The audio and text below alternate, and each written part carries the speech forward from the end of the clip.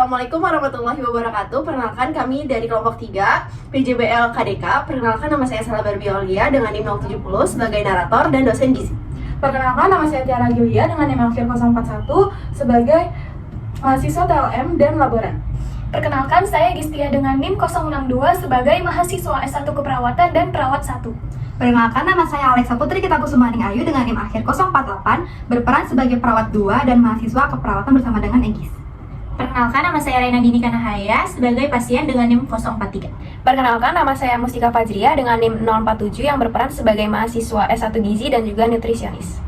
Perkenalkan nama saya Zahra Khalisa dengan NIM akhir 044. Saya merupakan sebagai dokter dan juga mahasiswa kedokteran.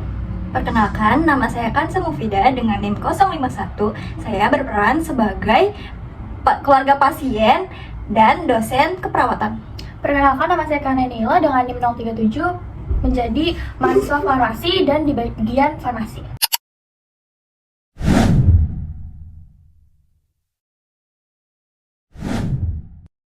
Selamat pagi semuanya. Pada pertemuan kali ini kita akan melakukan diskusi tentang pentingnya kolaborasi antar profesi. Mungkin sebagian dari kalian belum begitu familiar dengan konsep ini ya. Iya Bu, izin jawab ya Bu.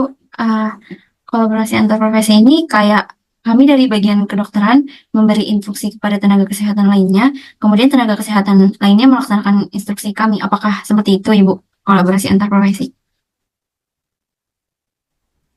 Izin menambahkan, tapi menurut saya itu kayaknya kita itu kayak bekerja di satu tim yang sama, namun kita kerjanya itu tetap kayak di fokus di bidangnya masing-masing. Apakah gitu Ibu? Oke baik, sebenarnya kolaborasi antar profesi ini lebih dari sekadar memberikan instruksi atau melaksanakan tugas masing-masing. Kolaborasi ini dimaksud untuk semua profesi dapat bekerja sama sebagai tim untuk mencapai tujuan yang sama, yaitu kesehatan pasien yang optimal. Berarti IPC ini lebih mengedepankan kerjasama antar profesi dengan cara berdiskusi secara terbuka, bukan cuma memberikan instruksi saja ya Bu. Betul, misalnya jika ada pasien dengan kondisi diabetes, tim medis sebaiknya berdiskusi bersama, dokter mengenai diagnosis medis, ahli gizi mengenai pola makan, dan perawat untuk memantau kondisi pasien sehari-hari, dan berbagai peran profesi lainnya. Semuanya sama-sama berperan penting. Buat apa sih kolaborasi? Ujung-ujungnya juga anak keperawatan yang ngerjain semuanya. Mari kita coba gunakan contoh konkret. Bayangkan kita punya pasien bernama Ibu A yang memiliki diabetes dan hipertensi. Bagaimana kira-kira kalian sebagai calon tenaga kesehatan akan bekerja sama dalam kasus ini? Izin menjawab Ibu, kalau dari sisi mahasiswa teknologi laboratorium medik, kan nanti jadi seorang laboran ya. Kalau untuk kasus tersebut mungkin kita sebagai laboran bisa mengecek gula darah pasien pada saat itu dan kita mengontrol gula darah pasien tersebut Ibu.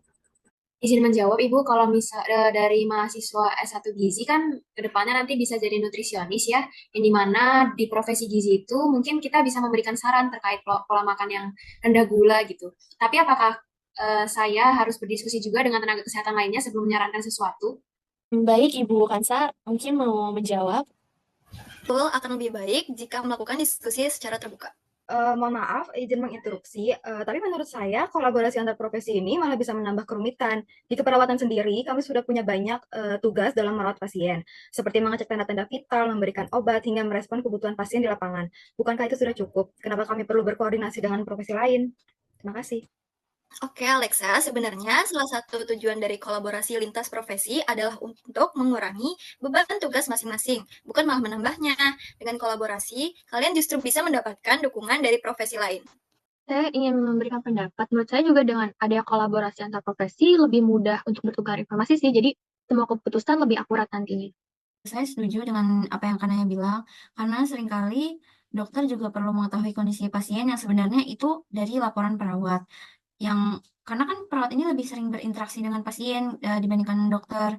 Jadi dengan masukan dari perawat, dari dokter pun bisa menentukan pengobatan yang lebih tepat untuk si pasien. Baik, saya menghargai pendapat kalian semua, tapi terus terang ya, saya merasa kolaborasi seperti ini tuh justru bisa membingungkan. Nah, sudah ada banyak standar dan protokol di S1 Keperawatan nih yang aku sama Alexa ikuti, dan koordinasi tambahan lainnya, yang justru hanya akan memperlambat proses. Apalagi profesi seperti kedokteran tuh sering kali yang menentukan putusan akhir. Jadi apa gunanya nih kolaborasi jika pada akhirnya keputusan diambil tanpa mempertimbangkan masukan kami sepenuhnya? Iya sih, saya juga berpikir kayak begitu. Tapi kalau dari sudut pandang pasien, mungkin mereka akan lebih merasa tenang kalau tahu semua tim medis bekerja sama untuk membantu proses pemulihan mereka, bukan? Iya, mungkin pasiennya merasa seperti itu. Tapi saya tetap merasa bahwa setiap profesi itu sudah punya tugasnya masing-masing. Oke, saya paham. Terima kasih ya sudah berbagi pandangan. Pendapat kalian semua membuka diskusi ini dari sisi yang berbeda. Saya harap seiring berjalannya waktu, kalian semua bisa melihat bagaimana interprofessional collaboration dapat memberikan manfaat dalam konteks yang lebih luas. Karena waktu tidak mencukupi, saya akhiri diskusi pada hari ini. Terima kasih atas diskusi yang sangat dinamis hari ini. Interprofessional collaboration mungkin bukan hal yang mudah diterima oleh semua pihak. Namun, tujuan kita di sini adalah untuk terus mengembangkan perspektif baru demi pelayanan pasien yang lebih baik. Semoga diskusi ini memberi kalian semua wawasan lebih banyak tentang berbagai pandangan dalam kolaborasi antar profesi. Baik, saya tutup. Terima kasih atas partisipasinya pada diskusi kali ini. Seorang dokter di sebuah rumah sakit menangani seorang pasien yang bernama Ibu Raina. Ibu Raina datang ke rumah sakit karena mengalami sakit kepala yang sangat hebat. Diketahui Ibu Raina ini memiliki riwayat penyakit diabetes dan hipertensi. Pasien dan keluarga pasien memasuki ruang dokter untuk melakukan pemeriksaan. Ibu Raina, silakan masuk. Terima kasih.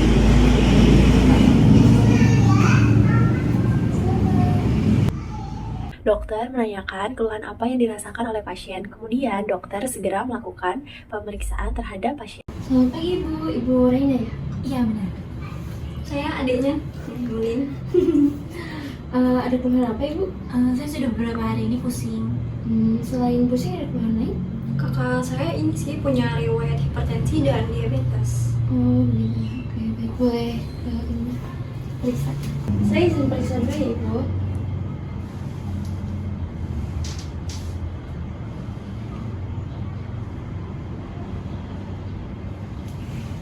Boleh Ibu?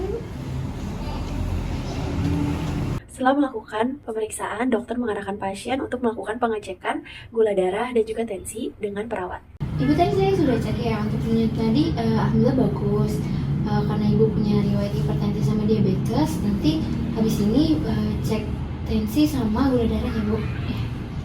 Perawat satu memasuki ruang pemeriksaan dengan membawa tensi untuk melakukan tindakan pengukuran darah.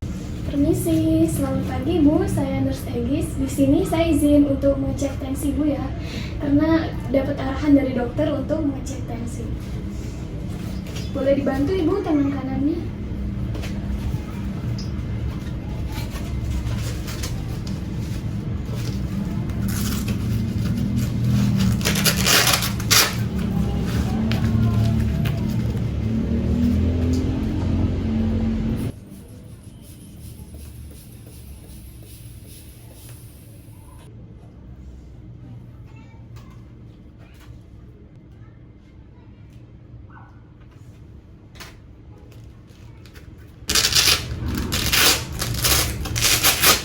Nah, udah selesai Bu. Terima kasih. Nanti saya lanjut arahkan untuk lab ya Bu. Ya. Pasien segera memasuki ruang lab dan petugas lab segera mengambil darah pasien. Masuk. Silakan duduk Ibu. Dengan Ibu siapa? Ibu Raina. Oh iya, Ibu Raina tadi diarahin ke laboratorium untuk diambil darahnya ya? Sebelumnya perkenalkan saya Tiara sebagai petugas lab hari ini. Apakah Ibu bersedia untuk diambil darahnya? Iya, bersedia.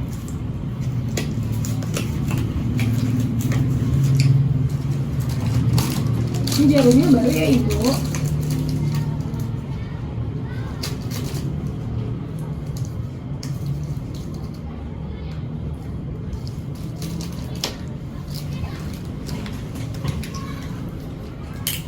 Bisa dibantu Ibu untuk lengannya? Permisi ya Ibu. Tangannya ditekan.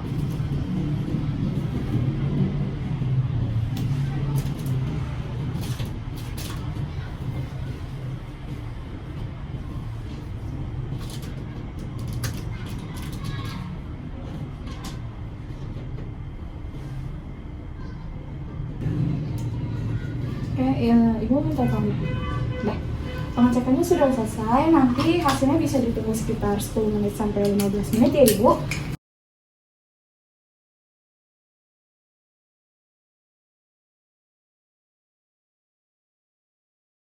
Perawat 2 memasuki ruang lab untuk mengambil hasil lab pasien.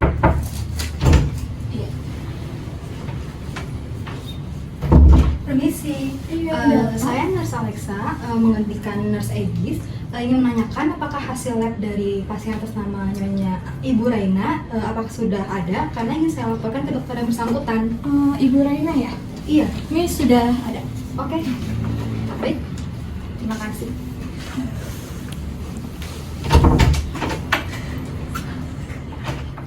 Perawat 2 memasuki ruang dokter untuk menyerahkan hasil lab pasien. Kemudian dokter memeriksa hasil lab pasien, sekaligus memberikan resep obat untuk pasien, dan mengarahkan perawat 2 untuk memberikan resep obat ke bagian farmasi. Misi, ya silakan Mas. Dok, saya ingin menyampaikan hasil lab dari atas nama Ibu Raina. Sebentar ya, saya cek dulu, Nurse. Terima kasih, Nurse. Untuk resep obatnya boleh dikasih ke bagian farmasi, Nurse. Baik, terima kasih dok. Misi.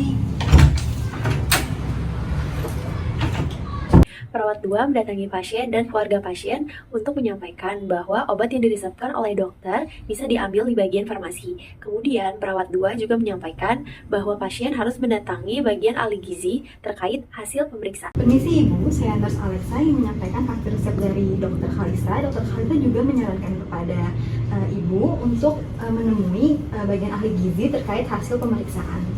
Saya dilihat. Terima kasih, Nurse. Sama-sama.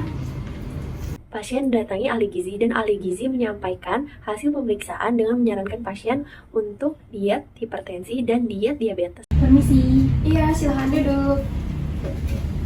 Dengan Ibu siapa?